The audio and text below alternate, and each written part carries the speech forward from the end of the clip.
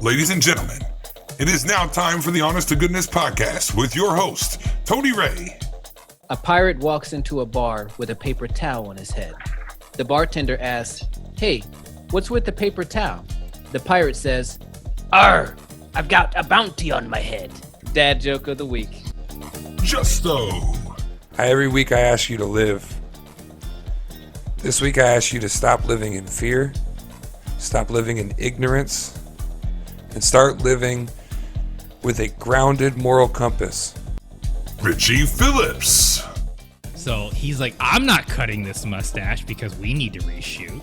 You're going to have to figure it out. So they ended up having to CGI his mustache. And I don't know, like, this is a meme because it cost Warner Brothers over $200 million in CGI. Big money, big money there. Mustache money. And Marvin Scott. That'd be cool. It'd be cool to see Mickey Mouse break some ankles occasionally. Yeah, exactly. I mean, they'll do something creative with that, I feel, Without further ado, welcome to the Honest to Goodness podcast. Good morning, ladies and gentlemen. I am here to introduce the sexiest man alive, Marvin Scott. Marvin, how you doing, man? Doing well, Richie. Just spending time with family. Really enjoying my time here in Ohio. Catching up, man. Playing basketball with the nephews. They're wearing me out. But overall, I'm having a great time here, so far. Just, getting used to having this much space, y'all. Like, we were on lockdown, and I was on lockdown in New York for a while. But it feels good to be home, for a little bit. And just a good reflective period. So good to see you, fellas. Yeah, man. I'm glad to hear that. I'm sure we'll get into that more. And my next guest here is somebody we would call Delgado at work, Justin. Justin, how you doing, brother? What's going on, Richie?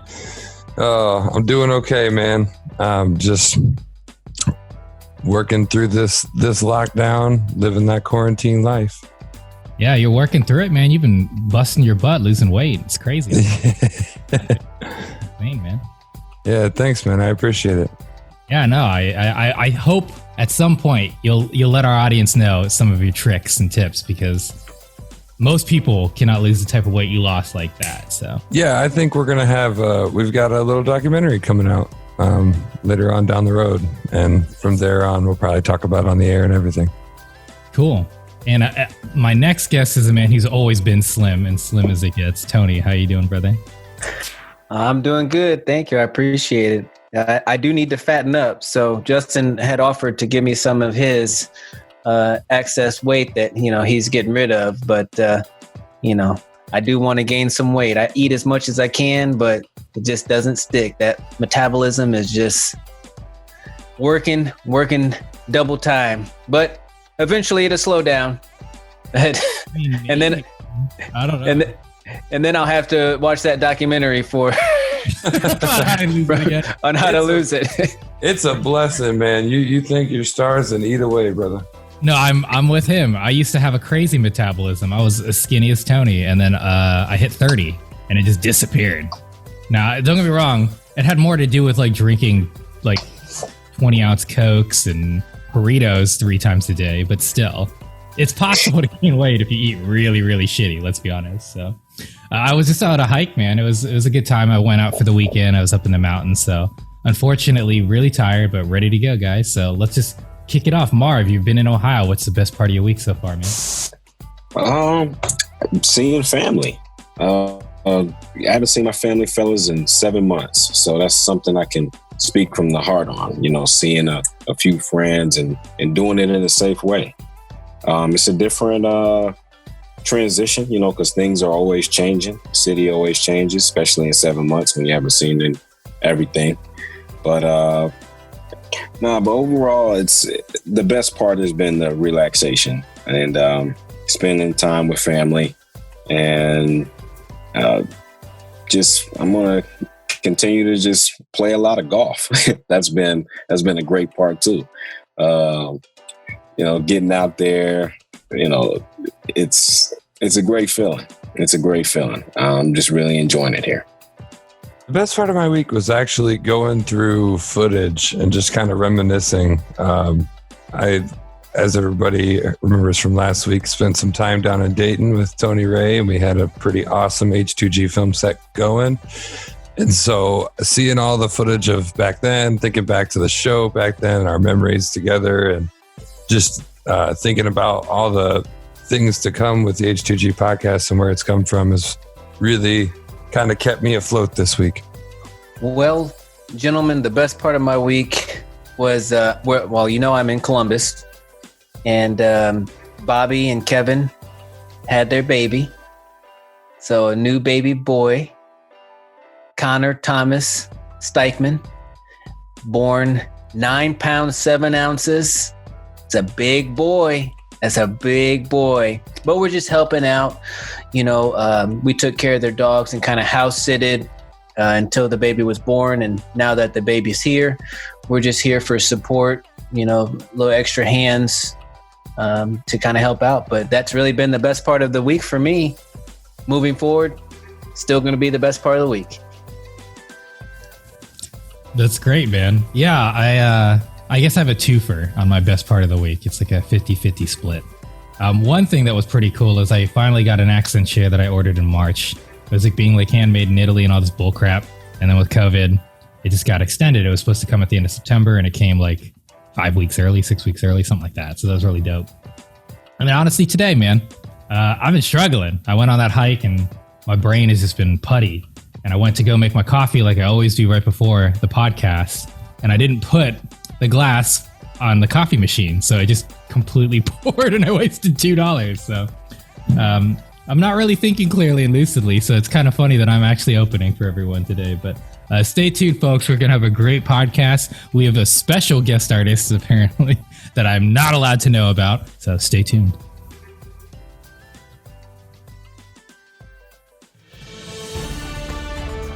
And now, time for news on the H2G podcast. All right, let's talk news. This week, guys, what I'd like to talk about, and I've seen a ton of it on social media, I've seen it in the news itself, I've heard it from the mouths of friends and families, and I'm sure you guys and the listeners have all heard and seen this as well. The big discussion on conspiracies regarding this mask mandate, whether or not we should be wearing them and things like that. Let me start by saying you should absolutely be wearing a mask, and it's for several reasons. But first and foremost, something that I think that we should address right up front, the mask, if you are still living under the illusion that you're wearing the mask for your protection, you're wrong. That's not what the mask is intended for. It's not what they use them in hospitals for. It's not what they use them in operating rooms for. The mask is to contain the germs that come from the wet particles in your mouth and in your nose and stop them from spreading all over the place. Now, as you can see with this pandemic, there's a reason for everybody to keep the germs in their mouth. So I'm going to open it up the floor. We could talk a little bit.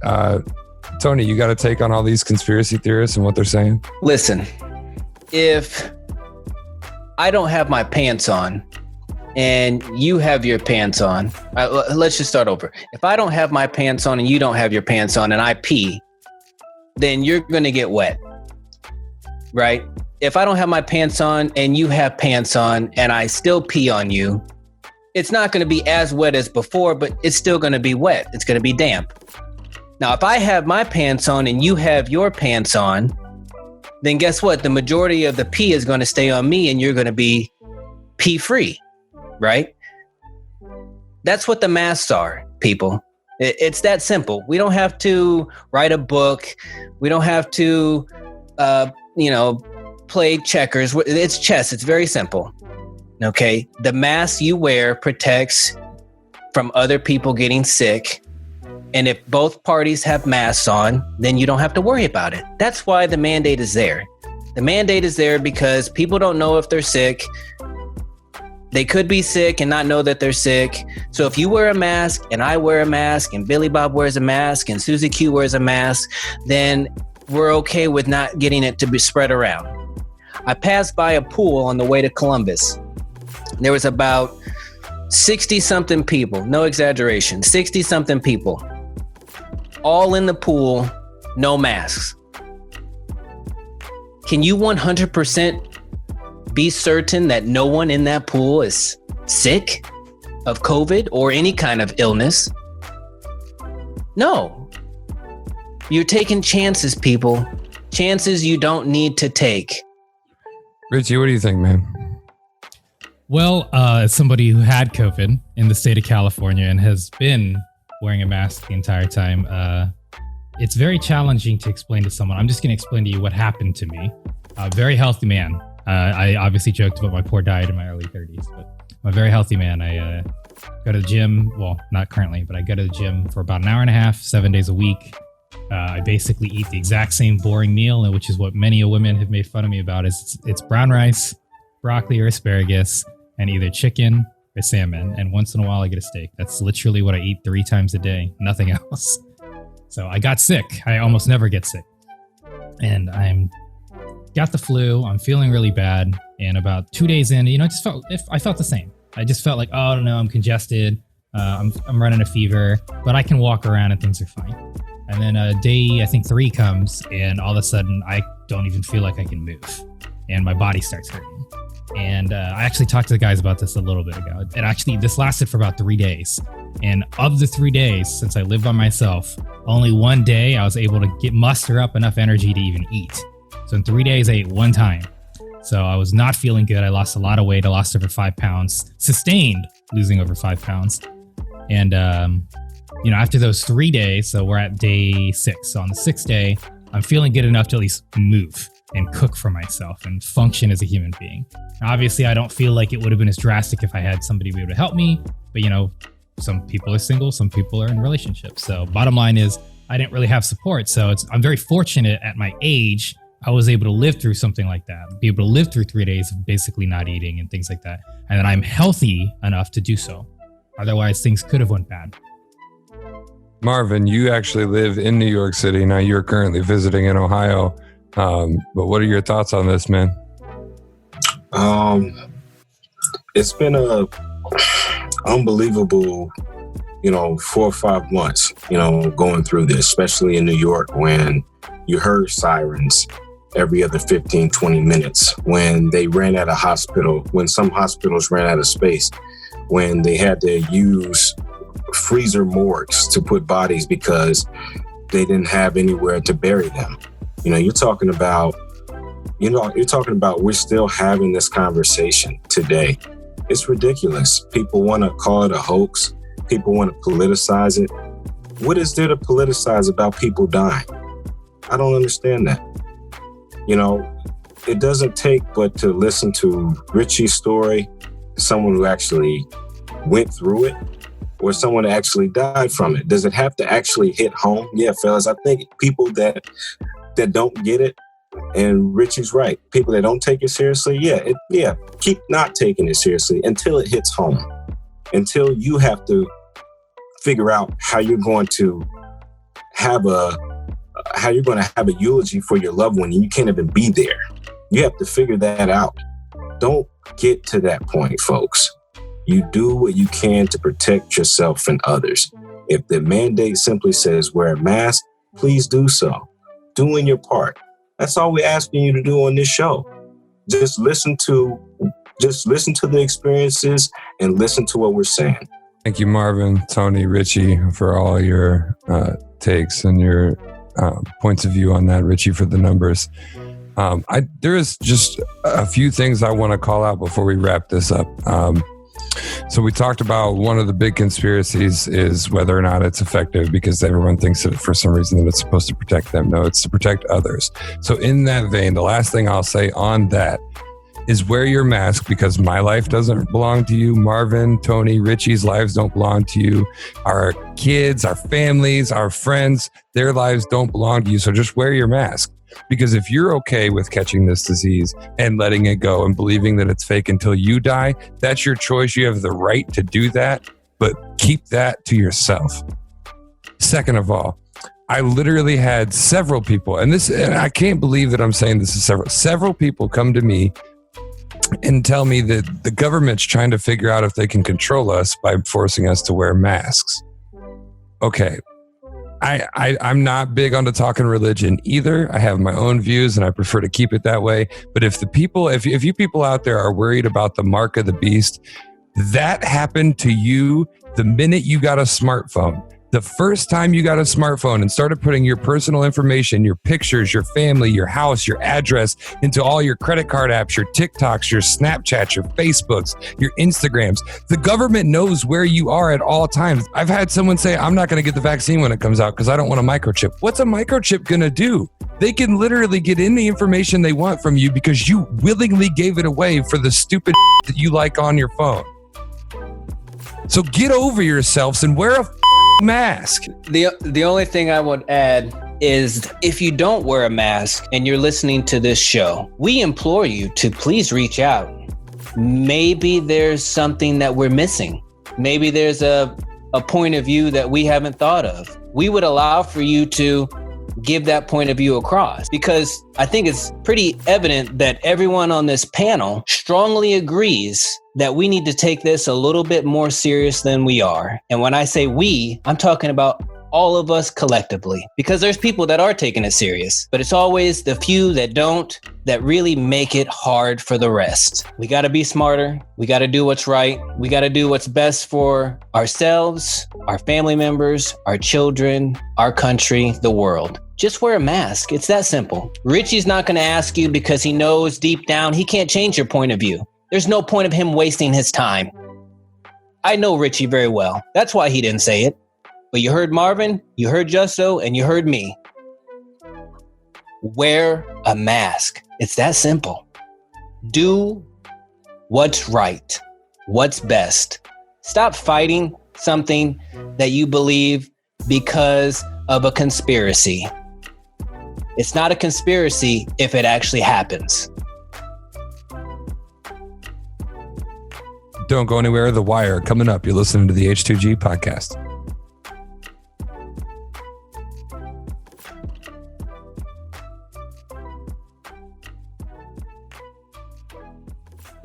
Hot off the wire. Hot off the wire this week. Hot off the wire. Hot off the wire this week. You fellas ready for this? And now, H2G presents The Wire. All right, folks, welcome to The Wire. This week, we've got something that we'd like to talk to you about. It's the art of trash talking. Trash talking happens in all kind of competitive sports, but it doesn't have to be just sports. It could be anything. So my question to anybody and everybody who's listening, you can also leave a comment if you'd like, but to the three gentlemen, what's the best trash talker that you've ever seen? And have you done trash talking yourself in your lifetime? Woo, man, that was a question I wasn't ready for. All right, so best trash talker. Everyone's going to default to Michael Jordan, and I disagree.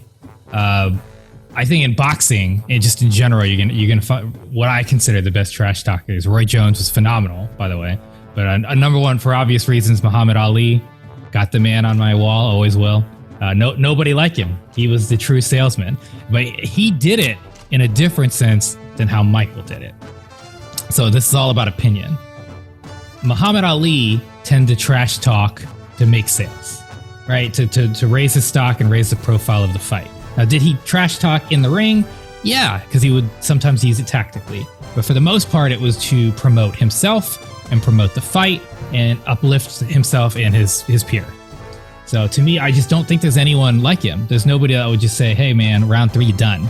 And he'd do it in rhyme. Obviously, it was way more charismatic than what I just said. But to me, that's what made him so incredible. Is just he was the epitome of charisma, and he was also just the epitome of trash talk. You never got a word in on Muhammad Ali. It just did not happen. Michael actually, if you've seen The Last Dance and you've seen some of the stories about Michael Jordan, Scotty got some good barbs in on him before. You know what I mean? Name one Muhammad Ali story where Muhammad Ali lost the trash talk. Now, as far as the second part and the latter part of the question, when I played sports, absolute, to be honest, I was a trash talker. It was in my nature. I didn't want to be a fair competitor. I liked putting people and getting people offset, so to speak, and take advantage of that. So it was something I definitely used in my repertoire. So I always think it's fine. The only thing I've always been is don't talk about anybody's mother or their woman. And outside of that, I think we get. Those are fair points. Marvin, Scott. Tell us your opinion, my friend. I think I'm going to go the late, great Kobe Bryant. I don't think there was, you could say Michael Jordan, but to me, Kobe Bryant was always unrattled. Especially, you're talking about class personified greatness. This dude defined having a competitive edge. The Mamba mentality was something he always talked about since the beginning of his career. And watching The Last Dance, Tony, I know that you just watched it recently and you become a big fan. You get to see Kobe credit his trash talk that he got from Michael Jordan, and when I used to watch Kobe over the years and they'd have like the little sound bites during the game, you couldn't believe like some of the things he was saying to players to get under the skin. He would tell James Harden, "You can't have been sit at my lunch table." He would say things like that. During practice, Nick Young would say, "Nobody on this earth can guard me." And then Kobe said, "Thank God I'm not from this planet." He would say things like that. Kobe was just so competitive. His obsession with winning. I just don't think anybody could try to trash talk him. He was always in control. He was going to dish it out. And I just think Kobe, and then there's everybody else when it comes to trash talk, so that's it. The Black Mamba. Now, did you ever do any trash talking, Marvin? Oh yeah, it's part of the game. Certain sports, you got to tone it down. Like golf, I wouldn't recommend you trash talking that because you're not playing your opponent, you're playing the course. But when you're playing a 5-on-5 game of basketball, pickup game, or any kind of contact sport, you got to come with that chip on your shoulder. Because guys are coming to take it from you. These are guys that work a 9-to-5 and not playing around. They just want to go out there and get what they get back what they thought they had back in high school. They're trying to relive some of the old days. And so some of that competitiveness comes out. And still, my friends to this day, we still got that competitive edge. The trash talk never stops, so, but it's fun. You always want to keep it lighthearted at the end of the day. It's never hateful. Trash talk, like Richie said, as long as it's in the respectful sense, as long as you're not talking about somebody's mama or anything like that. I'm pretty sure Mike and Kobe went there. But, for the kids out there, you just got to keep it light. I think, just for our youth, that's the message.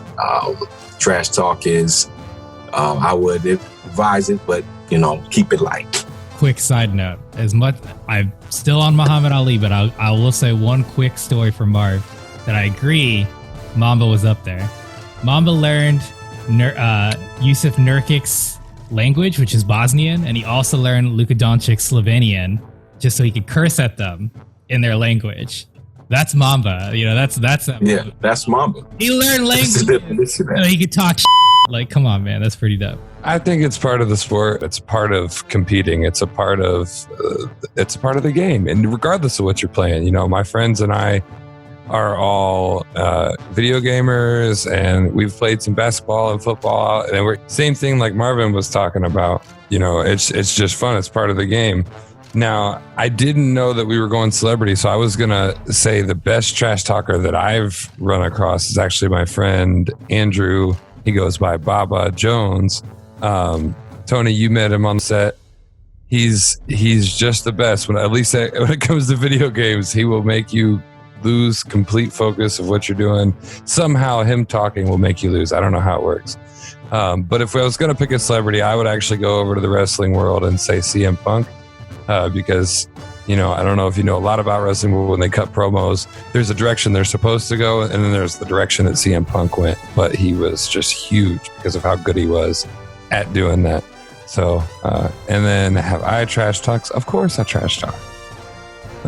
You can't be the best at not trash talk. I see you. Yeah, so like I said before, trash talking can happen anywhere, at any time. It could be sports related. It could be video games related. But for me, one of my all-time favorite trash talkers was Charles Barkley. And this is why. It's because Charles Barkley just like many NBA players thought he was the best. And hands down, he could have been the best if he could have been a little bit bigger and a little taller. Let's just be honest. So he would say anything and everything. He didn't back down to Michael. Their friendship actually grew off of that. But he would say some of the weirdest things, and you still see it today if you watch TNT, the NBA Inside. I mean, he still talks trash. He might not get his point across like he used to when he played the sport, but he still doesn't give a rat's ass. He's going to tell it like it is, how he feels. And, you know, to me, he's hands down, to me, one of the best trash talkers. You can't deny Mamba. You can't deny Muhammad Ali. They're in a different class of trash talking. To me, Michael Jordan he wasn't really a trash talker as much as he let his game do the talking for him. But he would say things if people were rubbing him the wrong way. But if you talk smack to Mike, the only way that he would respond is by dropping 36. So if you had 20 points and he had 4 points and you said something to him, well, guess what? You ended up in the game with 26 points and he ended up with the game with 44 points. So, I mean, his trash talking was different. It was more gameplay. But to finish it up, have I ever trash talked? Absolutely. It's thrilling. It's fun. It's absolutely. I'll do it when I'm winning. I'll do it when I'm losing. I don't care when I do when it happens. It happens because it's a psychological thing. If you get into someone's head, they're either going to give up or they're going to get motivated and be a little bit better, which then also heightens your game. That's how it normally works for me. If I'm playing crappy in basketball or golf, I feed off of the energy that's around me. So if someone else starts to heighten their game in golf or in basketball, then it enhances mine as well. So the trash talking works for me, whether you fall or whether you excel. If you all have stories about when you trash talk, hit us up, h2gpodcast.com. You can leave a message. We can share it on the podcast. But other than that, that's been The Wire. Stay tuned. And up next, we'll meet our special guest and play Game of the Week. All right, fellas, I've kept it a secret long enough. We have a special guest joining us for the rest of the show. This person has been on the show before. This person is a competitor. This person is funny. Richie thought he was going to get some more time off without this person. Ladies and gentlemen, give it up for Miss Christy. What? She's back. I'm like the Rona. You can't get rid of me. Oh my God, she's back. you know, I messaged Justin and I was like, man, I don't want to be telling our wedding story anytime soon, so don't let her come back. And here she is the very next week. Oh, wow. Christy, what a surprise. Hey. Oh my goodness. Good. Let me put this script away. So Christy's going to join us for the rest of the show. Don't go anywhere. You're about to hear Mirrors and Smoke by Alexandra Sedlak, and then we'll come back for Game of the Week. You listen to the H2G podcast.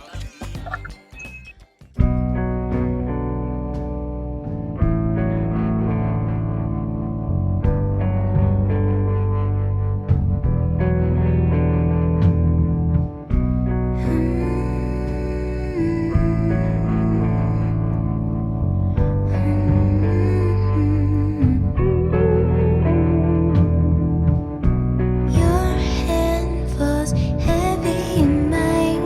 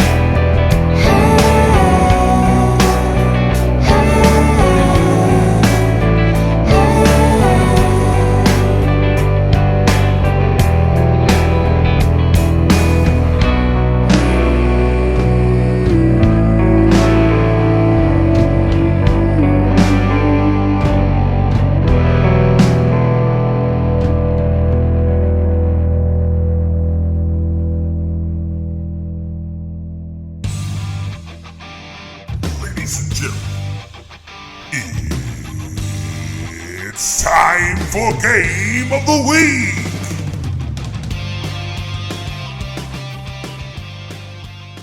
That's right. It's time for Game of the Week. And we have our special guest, Christy, joining us. So as you can imagine, I will be moderating and sitting this one out. But what we're doing, the Anything Championship. Now, until Douglas decides to come back to the show, he's relinquished the championship. But when he comes back, whoever's champion has to go one-on-one with him. That's what we've decided on. Sure. So what you're saying is... Interim champion. Yeah, we're competing for the interim championship, yeah? So what you're saying is the winner of this week, the winner of next week, and the winner of the week after will all meet on the finale show to face Doug for an all-out win of the battle, right? That's exactly what I'm saying. So essentially, only one person is going to not get to compete for the belt. And that's the person that has to run the game. Well, not true, because we have special guests in and out, so anybody could, right? Yeah, okay. Well, I feel like I have to pin Christy and Richie against each other. Okay. So I'm going to put Christy and Tony together. Ooh. And Richie and Marvin together. And we are playing a little game called Would You Rather? Okay. The way that we're going to do this, you guys all grabbed paper and pen for me? I have a pen in hand. All right, awesome. So we're going to go from team to team. And you have to guess what you think your partner... So everybody will write down what I say. I'll read the Would You Rather, and you have to guess what your partner picked. Potential 2 points per round for each team. So we're going to go over to team Richie and Marvin first. Not team Gryffindor. Right. Would you rather A, have a ketchup dispensing navel, or B, a pencil sharpening nostril? Okay. All right, Marvin, do you think Richie, what are you thinking here? Who do I think he chose? Yes. I think Richie chose the ketchup dispensary navel. Do you have reasoning to back it up? I just know Richie. I know he's all about efficiency. So that's great. You know, I figured, he already gave us his meal plan earlier, so I just figured, Well, apparently that was correct, so you guys get a point there. Marv, that's literally why, okay, so one of the things, like I said, is I eat very plain, standard stuff, so I like to have different flavors. Team Marvin and Richie starting things off with 1 point. Richie, which do you think Marvin chose? I mean, I still feel the same way. Marvin, we talked about it. He's a Wendy's kind of guy. He's a classy guy. There's no way he would write with a pencil when he's an actor. He has somebody write it for him. Clearly. Marvin, did you select A? Yes, I did. All right. We have 2 points over on Richie and Marvin. We're going to move over to Miss Christy. I'm sorry, Mrs. Christy. Tony Ray. Get it right. I'm sorry. All right. You guys ready? Yep. We'll see. And just to clarify, you're writing down what you would rather do, and then we'll guess each other's. Okay. Would you rather A, eat 75 lightning bugs, or B, a live tarantula? All right, so you have your answer then? Yes. I have mine. Cool. All right, Tony. Yes. Do you think Christy would rather eat 75 lightning bugs or that's the one. A live tarantula? That's the one. Which one? A. A? Yes. Christy, what did you choose? I chose a tarantula. What? Only one of them. They're both alive. Might as well go with the Oh man, I'll just have to get some ketchup from Richie and Marvin, and it's a tarantula covered in ketchup. Marvin, what would somebody have to pay you to eat a tarantula, man? There's not enough money in the world you can give me to eat a You can tarantula. kill it first. You seen the arachnophobia? Is that your life, Marv? Yeah. Ever since I saw that movie, I don't do tarantulas. I can't. I don't like talking about them. So next question. Yep. Move on. All right, so you don't even have to guess mine. We just move on. Christy, which one do you think Tony went with? The I lightning think bugs? he's going to take the lightning bugs. The lightning bugs? Absolutely, I don't do spiders. All 75 of them? All 75 of them. Now Do you have here's to catch them too? Oh yeah, that's got to be a stipulation. And then here's a follow-up question: would it glow when it comes out the other end? Yes. So there Yes. is a way to have glowing turds. Yes, I've actually eaten lightning bugs before. It does glow. It's easier if you just eat the light, like the glow stick. That's probably Glow not. stick. I've also All right, I've let's also do the disclaimer. We don't approve of eating glow sticks or bugs or tarantulas. yeah, we don't. But if it does happen, I've eaten a caterpillar and a butterfly came out my ass. I killed it right away because I know Richie doesn't like them. So at the end of round one here, we have a 2-1 score. Richie and Marvin have pulled away up front due to Christy's willingness to eat a live tarantula. We are moving into round 2. Marvin and Richie, you guys ready? Let's do it. Yeah. All right, here we go. Would you rather have a goose that lays golden eggs or an elk that leaves a trail of beat up Buicks? Richie, what do you think? What do you think Marvin wants more? I mean, this is pretty obvious to me. Marv was just talking about how he lived in a box in New York and now he's in Ohio. He's got all this space he don't know what to do with, so it's got to be A. It's got the golden eggs. You want the golden eggs? No? Wow. No. He Bubble wants bath. the elk because he's in New York. I get it. So that's to clear the traffic out of your way? Yeah, man. I mean, you said elk that leaves behind beat up Buicks. Yeah. Yeah, you know how much I can flip them beat up Buicks for?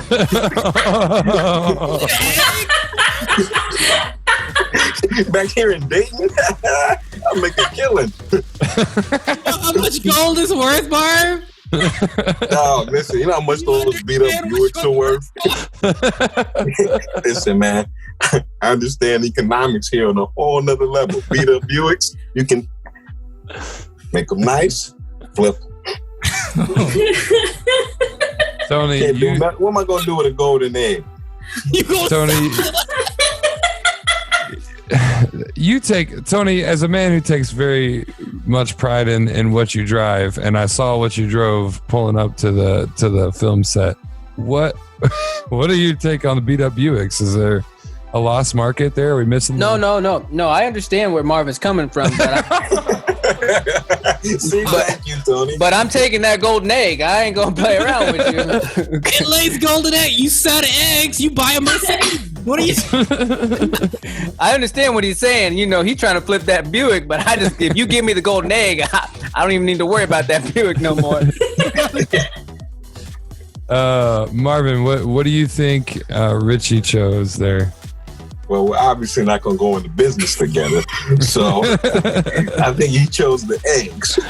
The eggs. Was it the eggs? That's okay. Okay, I need the insurance policy. I'm going over to Tony and Mrs. Christie. That sounds weird. To Tony and Christie. Tony and Mrs. Christie. You sound like a teacher for the first grade.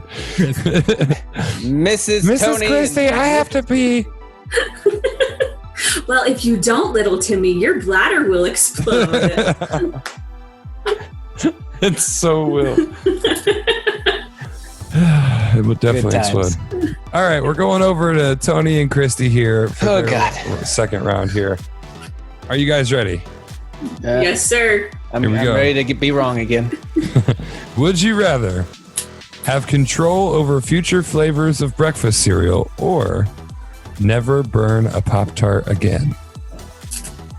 Christy, what do you think Tony wants to do? Do you think he wants to rename all or get the future flavors of the cereal or never burn a Pop-Tart again? I think that he would do future flavors solely because he enjoys burnt stuff.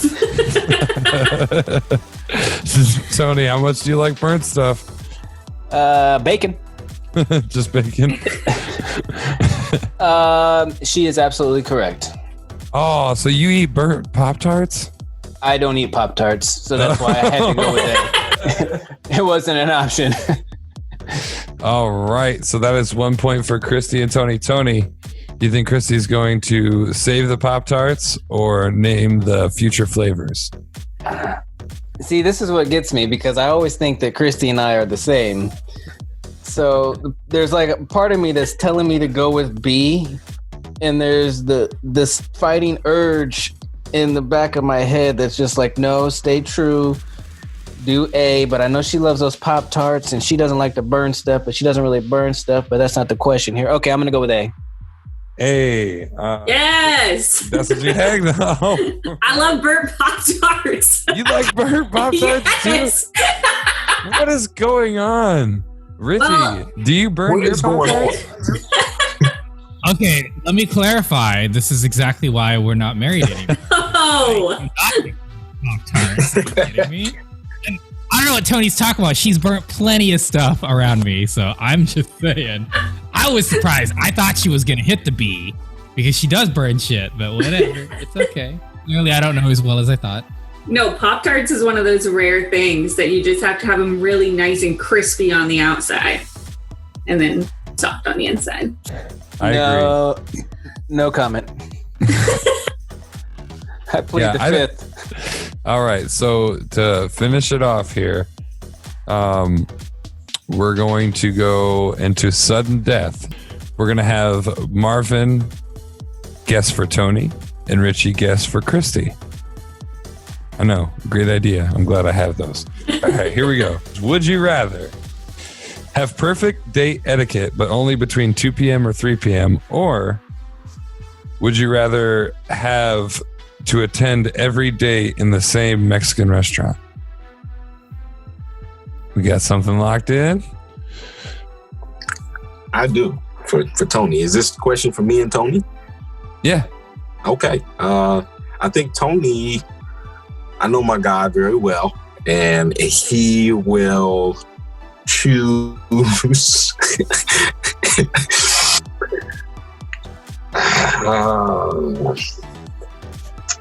Now, see, the way he just looked at me, he just made it tough. I wish he didn't do that just now, folks. Never doubt yourself. Go with your gut. You got championship on the brain. What are you thinking? Got championship on the brain. I'm going to say perfect etiquette between 2 and 3. Tony, what you got, man? Yep, perfect etiquette. He picked it. Perfect etiquette. Oh, Yes. Awesome. From 2 to 3, huh? You could deal with that? Oh yeah, from 2 to 3. I mean, I like Mexican food, but not that much. I couldn't take every date to the same place. No. And plus, with me not having a job right now, I can go anytime I want to. Right. Nobody's going to El Rancho Grande every night. All right, Richie, you have to guess what Christy chose. What are you thinking? This is a tough one for me because I got a little backstory. Her birthday, we celebrated Mexican restaurant. When I first time I meet her, we go to the wedding and all that stuff. Mexican restaurant in New Bremen. You know, don't get me wrong. The A one feels like the toss up because it's just so easy. Like nobody cares about having perfect etiquette. But I have to go with my heart here. I'm gonna have to go with B. Christy, what'd you have? Mexican restaurant. Mexican B. You don't actually have to show the camera. Okay, so to up the ante here a little bit and make things a little sweaty, what we're going to do is we're going to read 2 Would You Rathers. And Tony and Christy will write down their 2 answers, and now you'll have to guess both. Worth a point apiece. Could be a winner right here. Are you guys ready? Question 1. Yep. Would you rather have a sidekick or a butler? Would you rather have a sidekick or a butler? Okay, moving on to question number 2. Would you rather eat every object in the dictionary between flock and full or between blimp and brown? Would you rather eat every object in the dictionary between flock and full or between blimp and brown? This is a tough one. So to go over both questions, the first one. I'm trying to figure out what that even means. Eat every object. So whatever it says in the dictionary between. Yeah. Every single word in between them. Between flock and full and between blimp and brown. And the first question was, would you rather have a sidekick or a butler? Do we have to eat the last word? So, like, I don't want to eat brown because that just sounds gross. That is part of it. All right, so Marvin is guessing Christy. Richie is guessing Tony. Okay. For a shot at the Anything Championship on the finale. Marvin, for question one, back. Do you think she would rather have a sidekick or a butler? Okay. All right, Christy, we're back. You got a lot ahead of you. You get ready to, you're expecting. So I would think Christy could really use a butler right now, this time of her life. Christy, did you want a sidekick or did you want a butler? I want a sidekick. A butler has to stay at the house. Guess nobody wants a Jeffrey. G. Nobody wants a G. Oh man. Well, Marvin, so that's you couldn't go back and forth with him. That's true. I guess the point of the story is you can tell the sidekick to scram whenever you want. I guess Robin probably got it. Hey man, this was a setup. You brought Christy on this show today, knowing that you know what, I would do well at Game of the Week just once. I was on a roll, and it was just too much for me. Well, it's not all lost, Marvin. You can still get a point here. Do you think that Christy would rather eat every object between flock and full or between blimp and brown in the dictionary? I'd say between flock and full because she already said she wasn't going to eat anything brown. So thank you for that little tidbit earlier. So yeah, we're going to go with that. Yes, that is correct. Is that what you would do? Okay. Yeah. I was going to die if she switched her answer. That would have been hilarious, to be honest. All right, so Marvin, you're hanging on there with 1 point here. Richie, you never know. If Richie gets one and not both right, you'll still be tied. If Richie misses both, you have a chance to win it all right here. But as Richie's smiling and ready to go over here, I think he knows if he gets both points, he is going for that Anything Championship. Are you ready? Richie, what are you thinking? I'm ready. It's just, 10 years. It's Tony from 10 years from when I really knew Tony. So it's a different Tony. He's the butler seems like a very likely story, but I gotta go with my gut. I'm gonna sidekick. Tony, you want a sidekick or a butler? I want the butler. He wants the butler. He wants a G. Woo! I want a Jeffrey. He does. All right. Thanks, Tony. So it all comes down to this. Now I gotta save. It comes down to the dictionary. This is a chance to save your life in the game, Richie. Do you think Tony wants to eat everything between flock and full, or between blimp and brown? Okay. Now this one I have a little more confidence than the previous one. Flock and full is fudge, and that sounds delicious.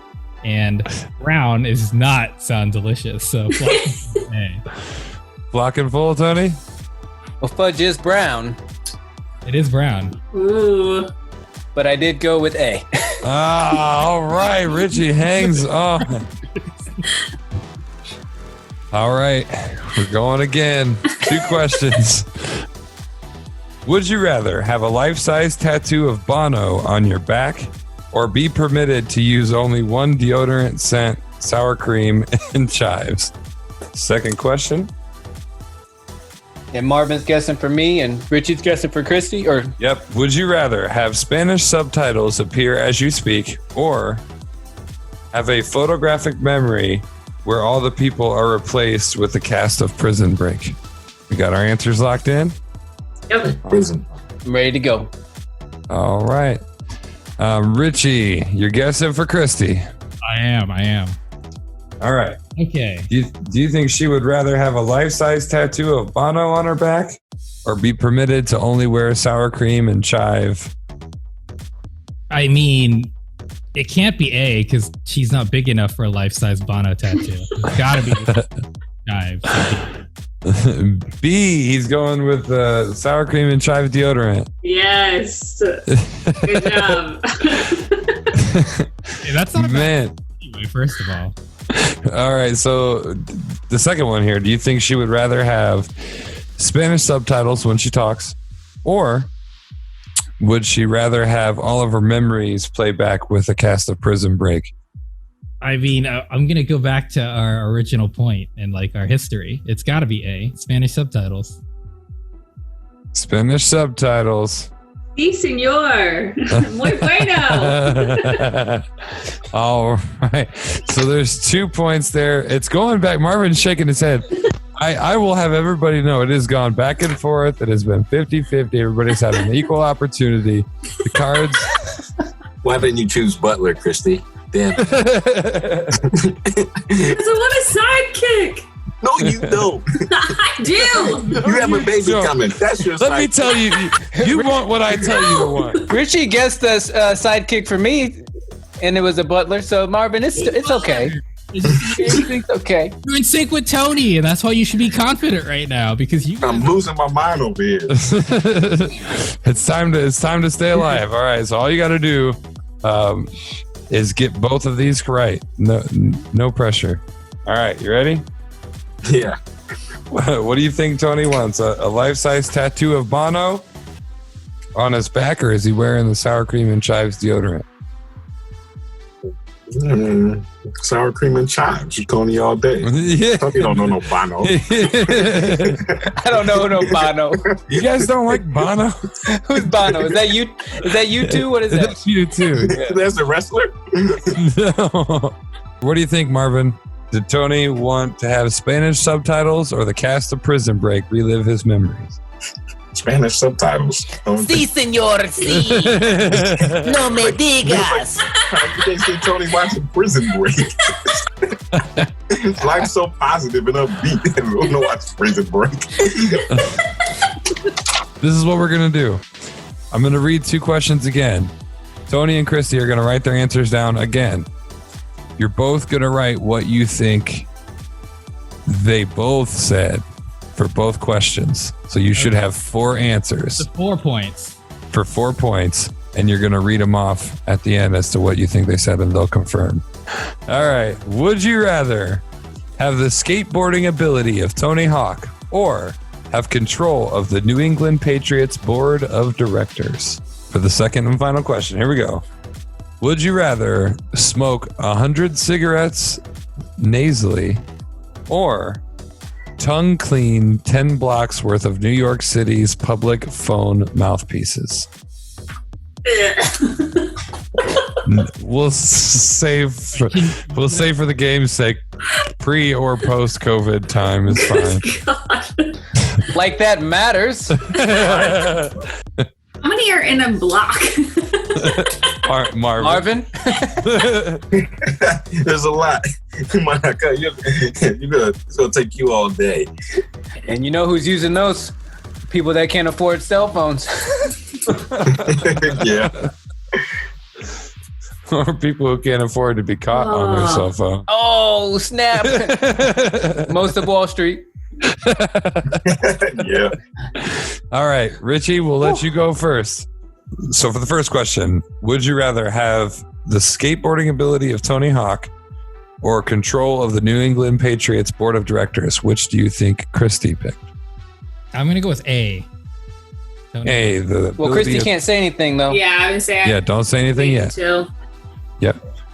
So, Richie. This is interesting now because Marvin gets to match his answers. Does he match him or does he go against him? I like it. Ooh. I'm surprised we're going this way, but that's okay. Tony's is a little more challenging because it depends on how nefarious Tony's trying to be. Like, is he trying to tank the New England Patriots? As a Steelers fan, that could be in his best interest. But I'm still going to go with A for Tony. A for Tony. Okay. Marvin. Same question. Do you think Christy wants the skateboarding ability of Tony Hawk or to have control of the New England Patriots board of directors? Go with A. And what about for Tony? I think Tony wants to tank the Patriots. So I think I'm going to go with Pats on this one, board of directors. All right. So we have the first question logged in. Richie, the second question was, would you rather smoke 100 cigarettes nasally or tongue clean 10 blocks worth of New York City's public phone mouthpieces? It's almost too gross to say out loud. Which one do you think Christy would rather do? I mean, these both suck, let's be honest. But I'm going to go with A. I think A is the easier choice. So A for that one. And for Tony, do you think he would rather smoke 100 cigarettes through his nostril or lick a whole bunch of phone booth mouthpieces? A for Tony. A for both. Some nose smokers. All 4 questions to clarify. No, Tony. Marvin, That's... you've varied it once, so there's a good chance that you could come away with the win. What do you think Christy would rather do? Smoke 100 cigarettes nasally or lick all those mouthpieces? 100 cigarettes nasally. Gonna go with A. And for Tony? Same thing. Same thing? He don't want to put himself through that. All right, so A and A. All right. I will turn this over to Tony. Tony, give us your answer on both questions. Number 1 was B. Richie was correct when he did his analysis. He just went against what he thought.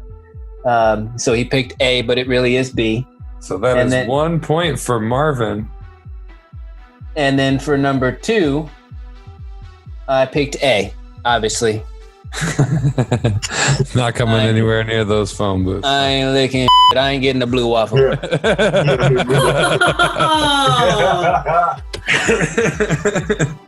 Christy, what did you get for the first one? Did you want to have the skateboarding ability of Tony Hawk, or did you want to control the New England Patriots? I went for the Patriots. The Patriots. So they both got it wrong. They both got it wrong. Oh man. Oh, fuck. Richie, you had better hope she likes phone booths. That's your only hope. Phone booths or not. Christy, what do you think? And I went with smoke. Is smoking nasally. Marvin wins game of the week, and he is going on to the finale where he will compete for the Anything Championship. Marvin, what you got to say about your victory? I just want to thank you all out there for being patient. I told y'all it was a long time of coming, going to the championship. I will not let y'all down. Mom, I'm going to Disneyland soon. I'm going to bring it home. All right, that does it for a very exciting game of the week. Don't go anywhere. We have For Real coming up. 2 elderly men sneak out of a nursing home to attend a heavy metal festival. Yeah, buddy. Can't make this stuff up. State population to double by 2040. Babies to blame. For real? Oregon man driving stolen car crashes into woman driving another stolen car. Oh my God. What? Police warn of an alligator on the loose in Michigan. In Michigan? He's lost. For real? For real? For real? For real? For real on the H2G podcast. Welcome back. We've got For Real. Marvin, go ahead with your story. I got you. The U.S. government has now, however, officially advised against pushing over a slower friend to save yourself against the attack of grizzly bears. The National Park Service has warned against sacrificing another person to an irate bear, even if you think the friendship has run its course. and a rather informal set of recommendations has been posted. Bear attacks are rare, but real threat in parts of the U.S. The Park Service message to anyone coming face to face with a bear is advised to move away closely and sideways. This allows you to keep an eye on the bear and avoid tripping. Moving sideways is also non-threatening to bears. People should not run. Like dogs, they will chase fleeing animals. The message warns, escape up a tree. Both grizzlies and black bears are adept at climbing trees. The warning then adds, do not push a slower friend, even if you think the friendship has run its course. Instead, they advise people to hold their ground and make noises to identify yourself as a human and not a prey animal. So I want to kick it around the horn, and I want to ask you fellas, Christy, you folks out there, what would you do if you were in this situation? And if so, if you had a friend and it ran its course, Christy, which one of us would you decide you want to push down? That's man. so good. Ooh. He just raised the stakes on everything. You know, it's You are so pretty, Marvin. a fair question. You're so pretty. It's mildly intimidating. So I'm probably going to push you down. You're gonna push me down? Is it because I didn't answer the question right earlier? Yes. Thank God I'm ugly. Revenge. All right. There you have it, folks. Tony, what would you do, man? Well, you know that I've already told Carrie many times that you have to make sure you run faster than me because I'm not sacrificing myself. I'm not falling down. It's not going to happen. If I was in that situation, I absolutely would do what they recommend us not to do, and that's to push the slowest person down so we could all get away. Now, if I had to pick between the people that are on this panel, man, that's a rough right there. I think if it ran its course, think about it. I think I might have to push either Christy or Justo down. It just depends if Christy's pregnant or not. Post baby.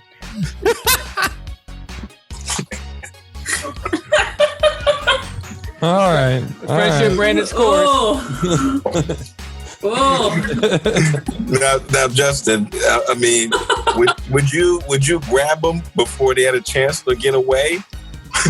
I might just, I'm just going to keep everybody with me. We're fighting this thing. Nobody's running. I'm just going to bear hug all of you and be like, see, we're the same. Right. And we all died.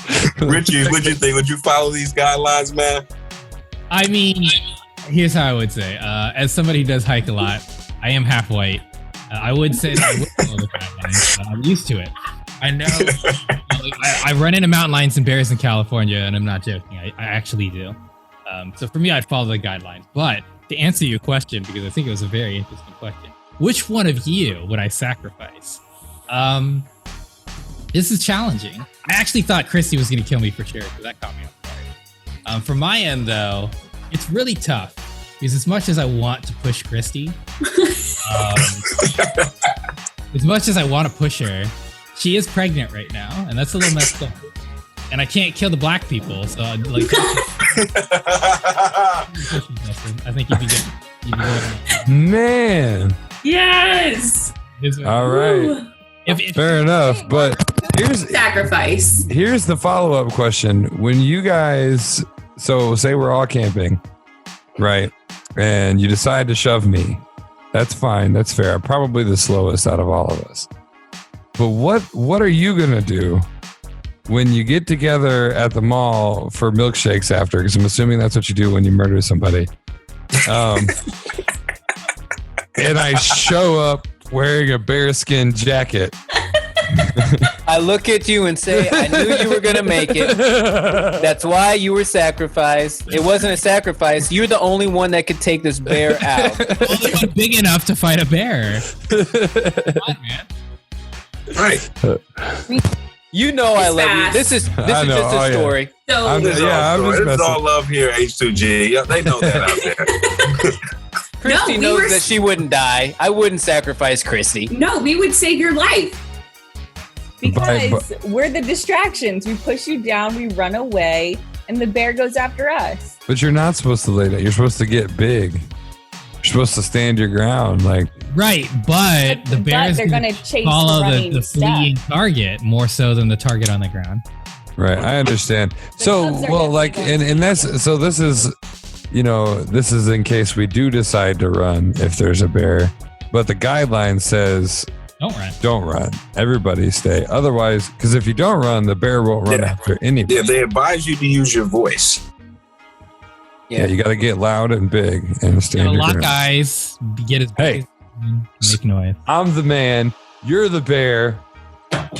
Get out So of if Christy can stand here. toe to toe with the bear and scream in his face, the rest of us have a chance to get away.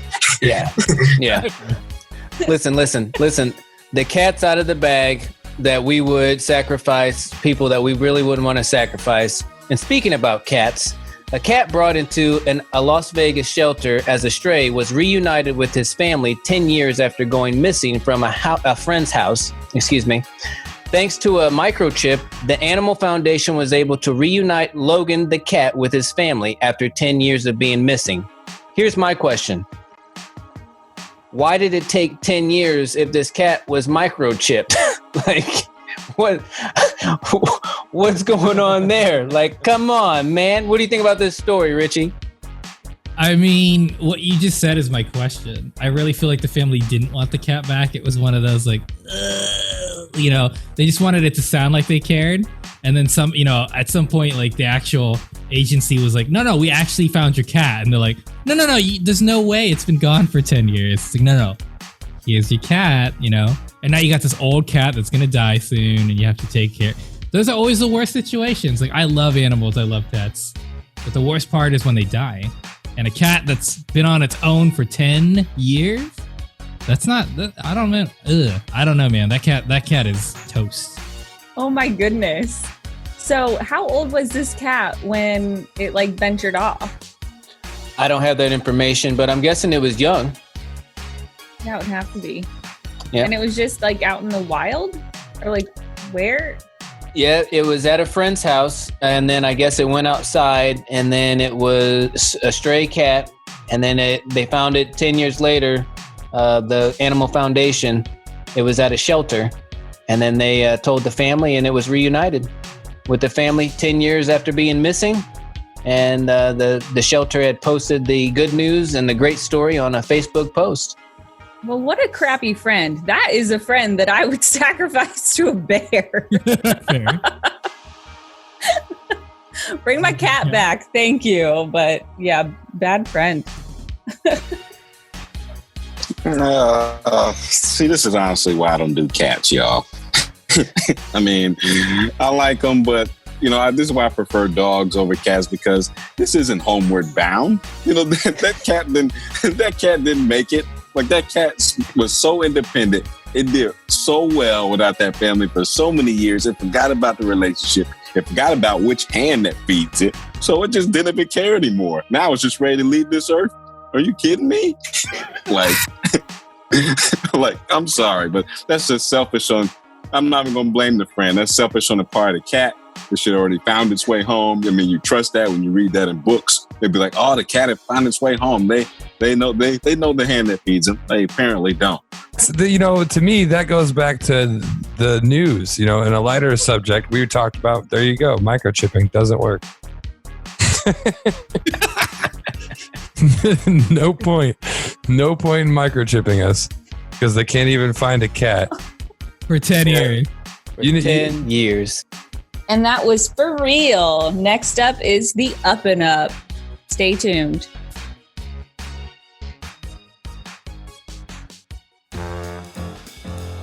Lights, camera, action. H2G presents the Up and Up.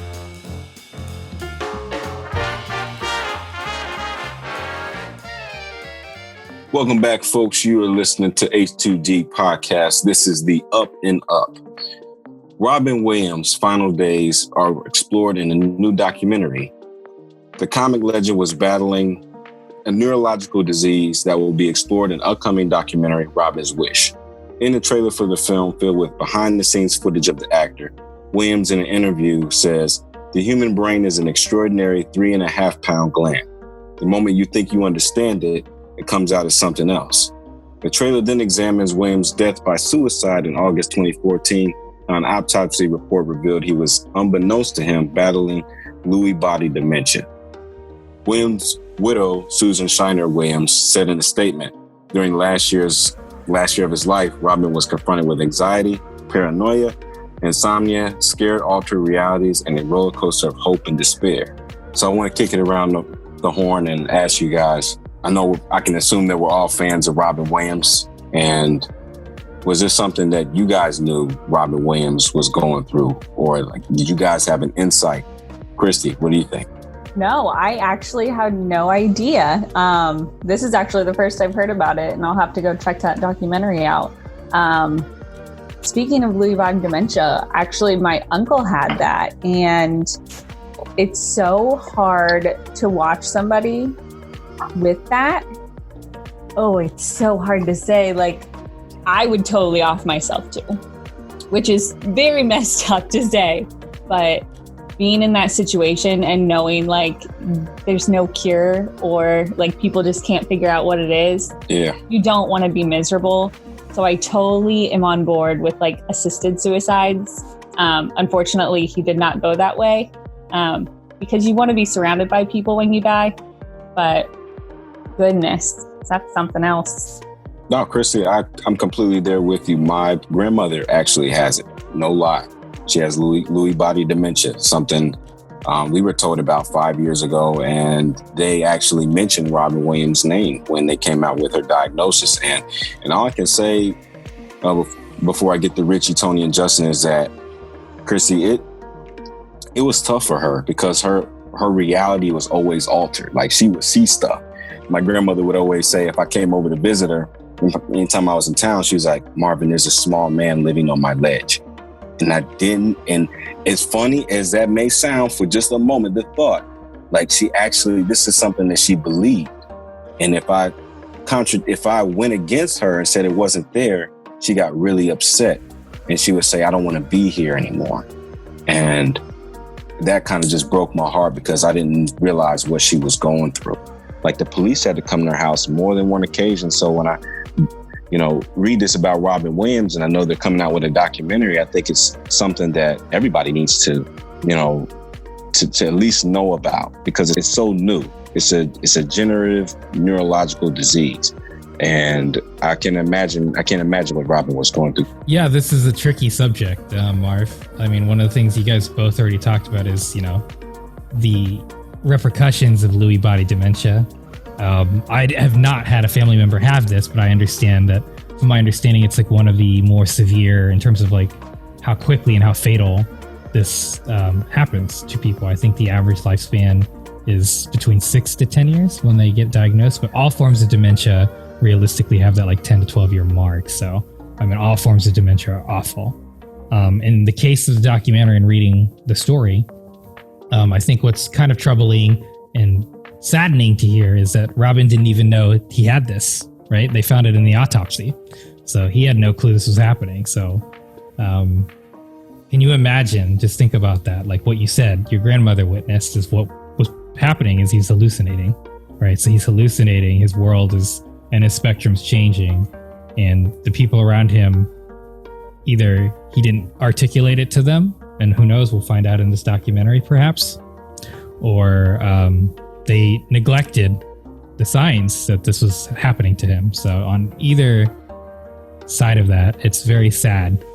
I'm definitely going to watch this because he was brilliant. And I'm very curious to see what had happened. He was a big part of my childhood. So I really do want to see this documentary. I want to see what was going on in the final, year of his life is based on this documentary. So I'm curious to see. I'm very sad to hear that he didn't know it had occurred. Yeah. And it's very troubling to hear that they said that it was one of the worst medical professional cases this doctor had ever seen of Lewy body dementia. So very sad that didn't come to light sooner, because maybe that helplessness could have been reduced in the sense of him knowing at least what he was dealing with. And maybe not, though, because again, at the end of the day, there's no cure. There's no way to reduce the impact of what it's going to cause to him. But very sad, very troubling, and I'm curious to see what happened. So I'm definitely going to check it out. Yeah, to answer your question, I mean, if the people around him didn't see the warning signs, I know for a fact that I didn't see any warning signs. I mean, I see things all the time with entertainers, and sometimes you don't know if it's, a ploy that they're doing, or are they doing it for, because they have a new book coming out or a movie coming out. I mean, the last couple of years, I've actually looked at Jim Carrey, and I've been very worried about Jim Carrey just because of the things that he's said and, the way that he looks. But we're not talking about Jim Carrey. We're talking about Robin Williams. Robin I just watched Mrs. Doubtfire actually the other day, and it still brings a smile to my face. He's just such a genius. And what Richie said, it really makes me think, like, man, to think that somebody could have been sitting there hallucinating, going through all this different thought processes and not knowing why you're going through these thought processes, and then maybe trying to take your life because you thought maybe you were losing your mind or not in the right mindset. I mean, that's very disheartening and sad. And I'm not saying that's how it went, because I wasn't there. Robin Williams, didn't let any of that information out. But I'm just speculating. And when you speculate like that, it's very disheartening, and it just breaks my heart that could be one of the reasons why he did what he did. I'm very interested in the documentary. I hope it sheds a little bit more light so that more people understand. I've never really had immediate family that was sick, but I've had someone close to me that I saw deteriorate right in front of me, and that was something that was very heartbreaking. And so I just hope that more information can get out there to people, so that way they can learn more about it, and hopefully we don't have instances like this moving forward. Thank you, Tony. Justin.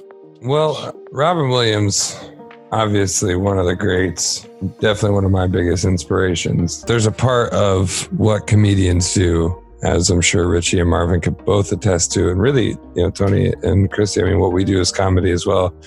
It all comes from a place of pain, from a place of experience, of learning. So part of me, when I first found out about the suicide, was like, well, it's extremely sad, but it doesn't surprise me, because he's brought joy to so many people for so long. So I just assume that he's feeling pain. And because comedians, you see it all the time, and we've seen it over the years. Comedians struggle with depression and all these things once they've become big. They've literally made their living off of people laughing at their pain and their struggles. As far as what I would do, or I don't want to talk about that, because I'm genetically prepositioned for a version of dementia. It's not the same. The moment it actually ticks for me, and which could be at any point with these conditions, that I don't have control over my memory anymore. I think the moment I realize I can't tell my story anymore, I can't, because that's what we do as actors and as performers and entertainers. We process our own emotions in life through our art and try to help others. And when that gets taken away, I could see that bringing very dark thoughts. Yeah, I feel you, Justin. It's not an easy thought, that comes to mind. You feel empathy for those that are going through it. I'm looking very forward to seeing Robin's Wish. Like we can all attest on this show that he's one of the greatest we've seen. It really hits home. Degenerative brain diseases really affect families. That is the Up and Up for this week. We have more stories for you next week as we have them. You are listening to the H2G podcast. Hey folks, you're tuning in to The Last Word, First and foremost, I wanted to thank our special guest, Christy, for showing up for a majority of our show. So, pleasant surprise from Justin. I did want her not on the show. Clearly, I was beaten. I did not have a say in this by any means, but you get her 2 weeks in a row. Very fortunate to have her on the show.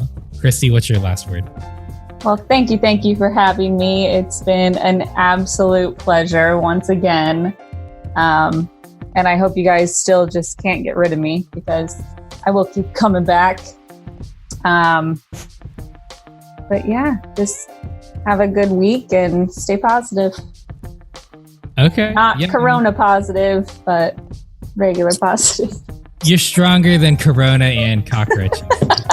No way. We can't get rid of them. So I'm happy for that. Justin. Well, I also want to thank Christy for answering my call for help and coming to being awesome. And I think we'll keep you around. You're pretty great. Last word for the week. You know, I hate to end things on a serious note, but I'm going to go back to where we were at with news. Do your part.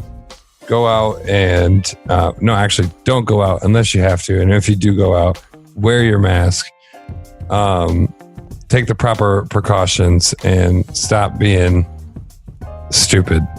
Live, laugh, love like it's your last. The H2G podcast. Man, that rhymed. Cool. Marvin. Well, I had a lot of fun today, y'all. I want to thank Christy coming on the show again. It was a pleasure. I forgive you for wanting me to be eaten by a bear after I asked you a fair question. It was down the middle question. Anyway, still love you. Nothing but love here at H2G. And I want to thank my brothers, Tony, Richie, and Justin, for just being who you are and reiterating what my fellas said earlier. Do your part. Wear your mask. This is not a game.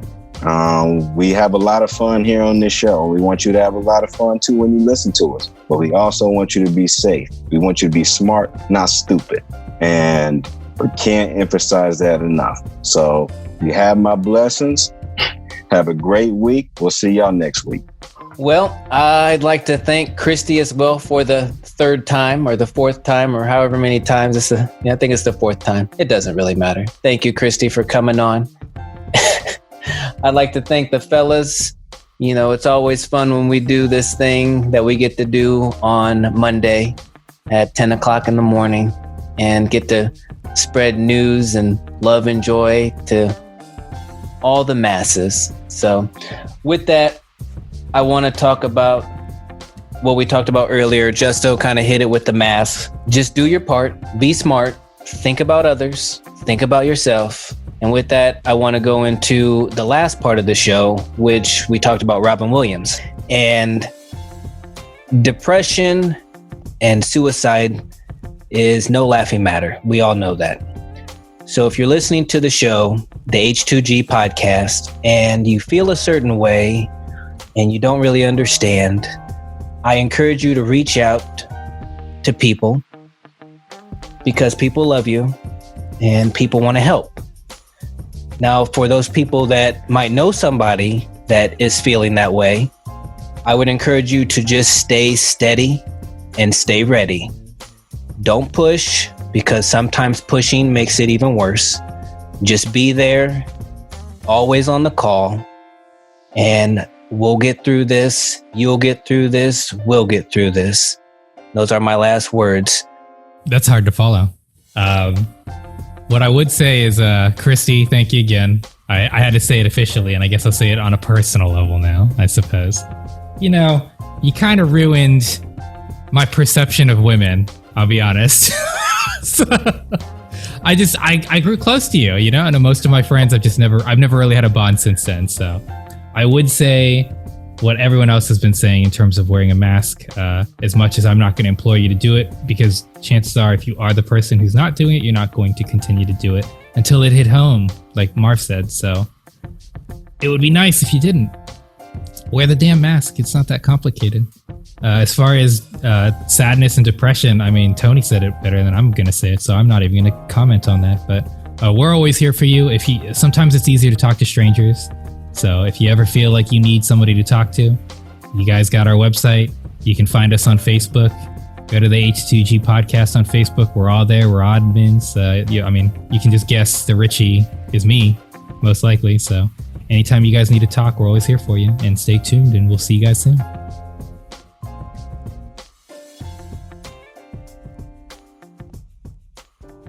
This has been a Justo's Best production. Thank you for listening.